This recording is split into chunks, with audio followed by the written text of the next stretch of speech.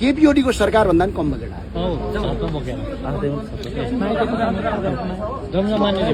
अब जो बजेटको विषयवस्तु छ, अब हाम्रो बजेट कति आयो पहिलो कुरा 21 अर्ब 34 करोड रुपियाँ अहिले हाम्रो बजेट आयो। 2124 अर्ब 34 करोड भनेको 21 खर्ब 24 अर्ब 34 करोड रुपियाँ आयो। अब यसमध्ये अब यो बजेट त आयो, बजेट चाहिँ अब कहाँबाट कति उठाउने भन्दा 1405 अर्ब करिब राजस्वबाट उठाउने भनेर अहिले आयो भने 1405 अर्ब 31 करोड आयो भने वैदेशिक अनुदान 61 अर्ब 74 करोड ल्याउँछु भन्ने अहिले अर्थमन्त्रीको दाबी छ भने 657 अर्ब 29 करोड पैसा पुग्दैन। त्यो सामान्य रकम होइन। बजेट ल्याउनु ठुलो कुरा होइन, बजेट त अहिले 50 खर्बको पनि ल्याउन सकिन्छ भने हाम्रो कति रकम पुग्दैन भने 657 अर्ब 29 करोड रुपियाँ पुग्दैन। त्यसमध्ये 247 अर्ब 28 करोड विदेशबाट ऋण ल्याउँछु भनेको छ सरकारले भने 410 अर्ब के भनेको छ आन्तरिक ऋण भनेको नेपालभित्रबाट म ऋण उठाउँछु भनिरहेछ भने यो बजेट यहाँभन्दा अगाडि पनि 18 खरबको 17 खरब 19 खरबसम्म आयो तर कार्यान्वयन गर्दाखेरि 13 खरबमा झरेको इतिहास छ। त्यो भएर 21 खरबको यो 657 अर्ब 29 करोड रुपियाँ चाहिँ यो पैसा चाहिँ कहाँबाट ल्याउने हो सबभन्दा ठुलो कुरा त्यो विषयवस्तु उठ्छ। र रह्यो अब बजेटमा कर्णाली अब कति छ तर अहिले बजेटमा केपीओडी को सरकार भन्दा पनि कम बजेट आयो।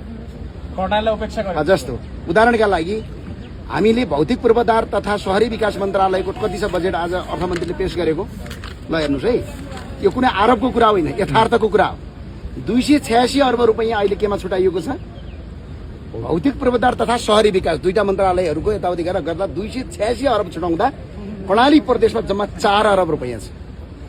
1 अर्ब नाङ्मदेखि गमगढीसम्मको कालेपत्रका लागि होइन, जबकि 91 करोड अलरेडी हामीले अघि लगिसकेका बजेट हो यहाँभन्दा अगाडि सरकार बन्नभन्दा अगाडि भने बाँकी रहेको 3 अर्ब रुपियाँ तपाईँ कर्णाली करिडोर लगायत अन्य ठाउँमा गरेर गर्दा जम्मा अहिलेसम्म आर्थिक रूपमा अब 4 अर्ब आएको छ। र अर्को एउटा कुरा अचम्मको कुरा कर्णालीलाई सधैँ गरिब बनाउने भयो यिनीहरूले।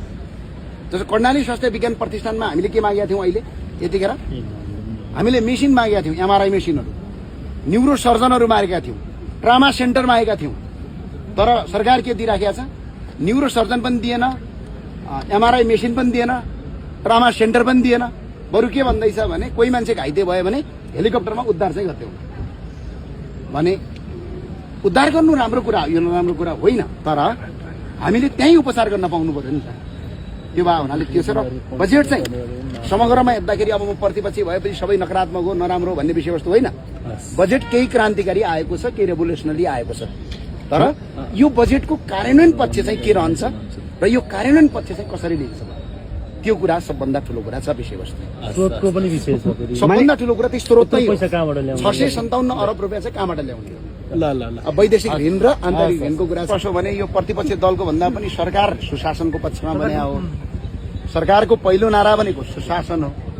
सुशासन भनेको सरकारी निकायले गरेका कुनै पनि कामको कार्यान्वयन गर्ने हो। कार्की आयोगका दोषीलाई जसरी सरकारले पक्राउ गरेका थियो मानव अधिकार आयोगका दोषीलाई पनि पक्राउ गरेर अनुसन्धान गरेर जेल हालेर अनुसन्धान गर्नुपर्छ।